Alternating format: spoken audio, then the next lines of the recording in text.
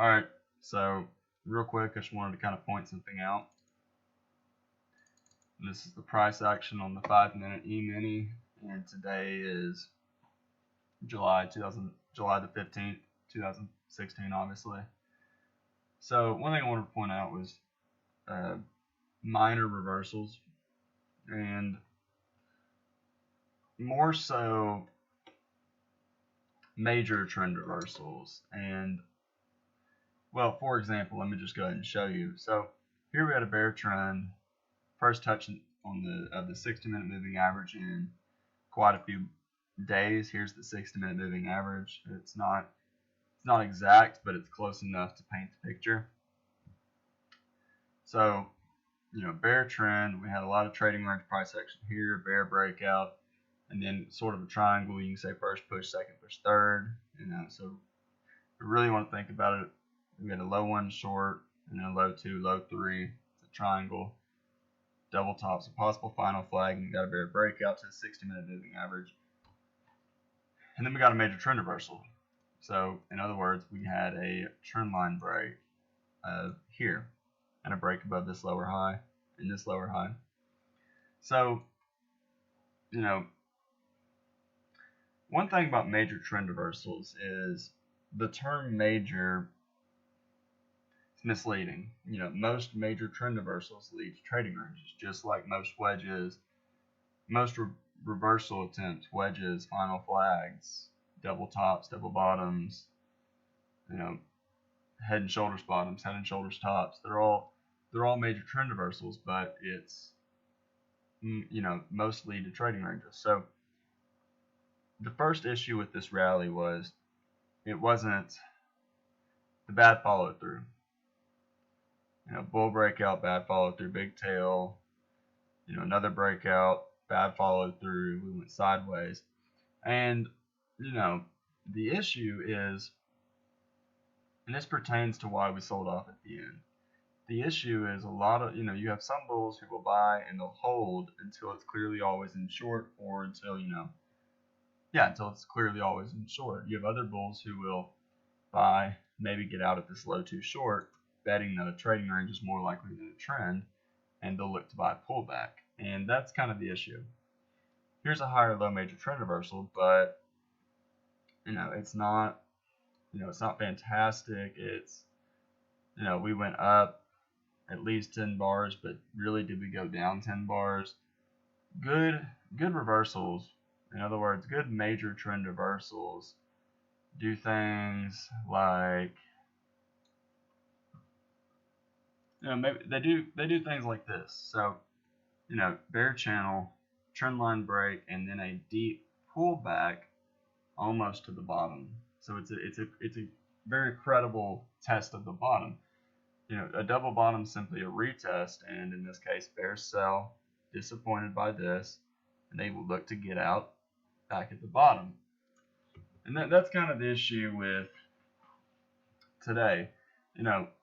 It's not clear that we're done pulling back here. It's not a clear higher low major trend reversal. So because of that, and then especially on top of this, the bad follow through, bear bars, the big tails, that makes traders less willing to hold, and it entices bears to shorts.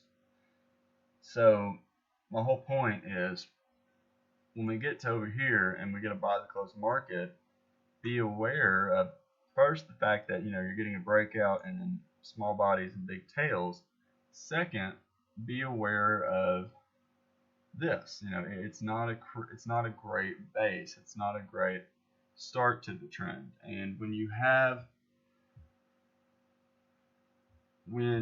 a trend that doesn't have a great start to it, it causes a problem for it.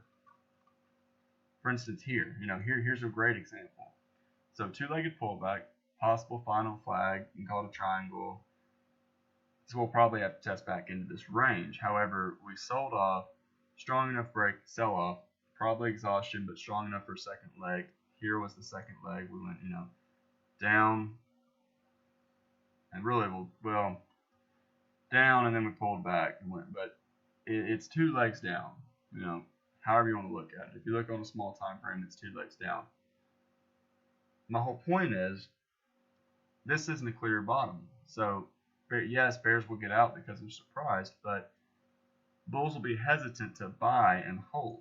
And as you can see, that's why we went up and we tested back down. We went up, tested back down, went up, tested back down. We're testing these areas because it's not a clear bottom. It's the same reason. So bear trend line break. Is this a double bottom higher low major trend reversal? Is this a higher low major trend reversal? Sure, you can argue that, but it's really not that clear. Not a good signal bar, not a great signal bar, not a great signal bar. Because of that, these led to pullback, and then this one, instead of leading to a pullback, just led to sideways.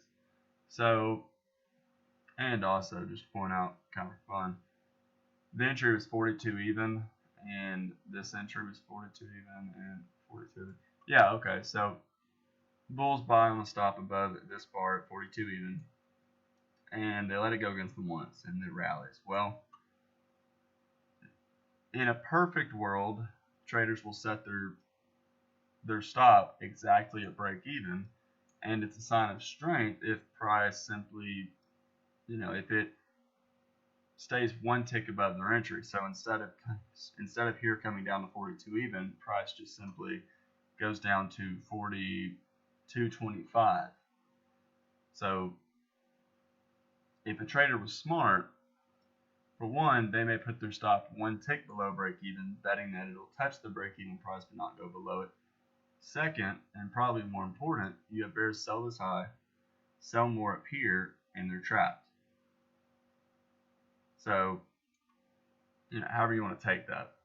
So really my whole point behind this was when you don't get a good major trend reversal or a good, here's another example. We channeled down, sold off, strong enough down, second leg down likely, but probably exhaustion. Here's the second leg down.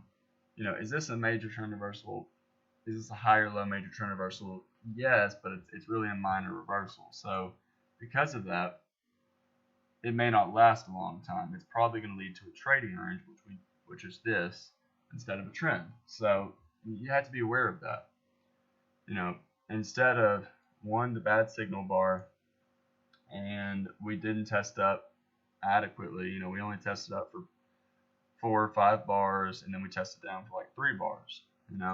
So, and really, I wouldn't really think of it as a major trend reversal. I would just think of it as a failed bear breakout of today's low and a failed low too short.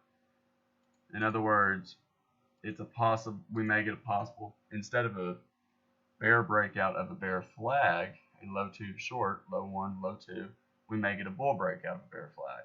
So I hope this makes sense. In conclusion to this video,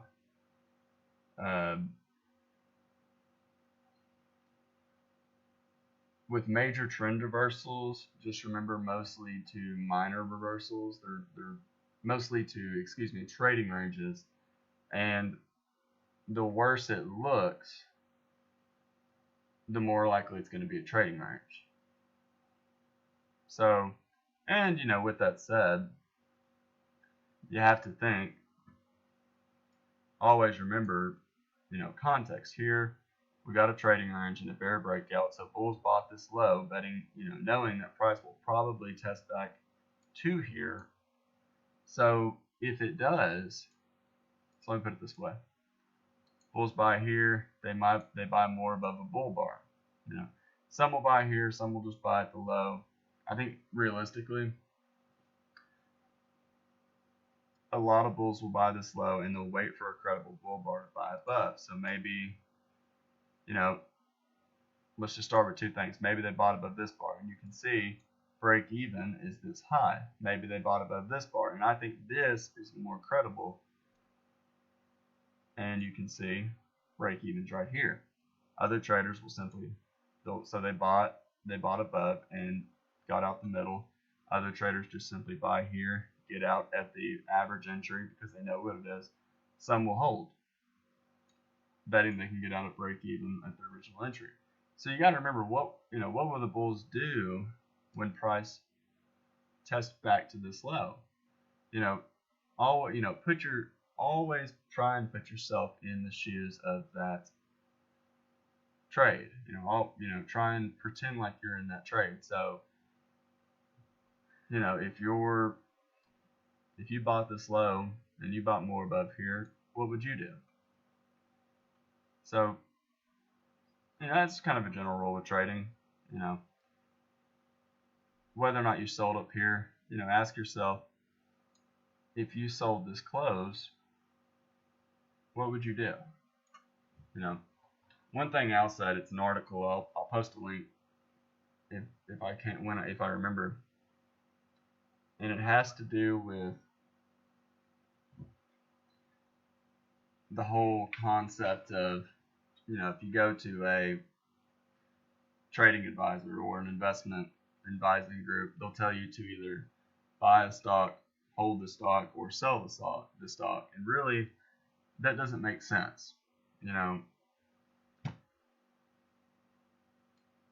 See, and the reason that doesn't make sense is because risk is risk. If you sell this close right here and then this bar closes, your risk is from this close to this high, assuming your stop's up here. Your risk is not from this close to this high. When price closes here, your risk is this close to this high. So if price was to somehow at this close stop you out, you lost X amount of points. You did not lose just 61 to 64. You lost, if it's in your bank account, just because you're in the position, it doesn't mean it's someone else's money. It's in your bank account. And if you've listened out long enough, you've heard him mention that. So the whole point is there's no difference between a trader selling this close and a trader selling this close, or a trader selling this close or a trader selling this close. They both have the same amount of risk. A trader who sold this close and has their stop up here and price is now down to here, if price stops them out all the way up here, they lost money. Sure, you can say, oh, they lost open profit. No, they didn't lose open profit. They lost money that they had in their account. So with that said, that's why a little kind of tidbit to remember is ask yourself, would you sell? If you're short, ask yourself, would you still be short, or would you initiate a short right now? And if you say no to that, you probably need to exit your position. So in other words, if you sold this close, ask yourself down here, would I short right now? And if you say okay, you would, then say sure. Then stay short. If you see 9 o'clock and you say okay, I wouldn't sell above it, then get out. And then when you look down here at 9:15, 9:20, and you say, ask yourself, would I sell down here? Say if you would, then short. And that goes all the way down to here. And at this point, if you're still short, ask yourself, would I sell above this bar? And if the answer is no, you need to get out of a short. And then, so it's just a way to keep you on the right side. Because it doesn't make sense for a trader to be willing to sell this close but not sell this close. So in other words, say it doesn't make sense for a trader to say, yeah, I'd sell this close, but let me put it this way: it doesn't make sense for a trader to say that if they were not short from up here, they would not sell down here. It's the most contradicting thing you can say, in my opinion, because if you're saying that, you should get out of the market because you don't believe it's going lower. So, a little note, kind of like up here.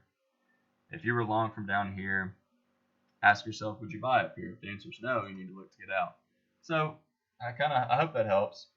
The main point of this video is minor reversals. And, well, it's major reversals that look minor. And if they look minor, they usually lead to a trading range. So, which is what happened here. So, I hope this helps.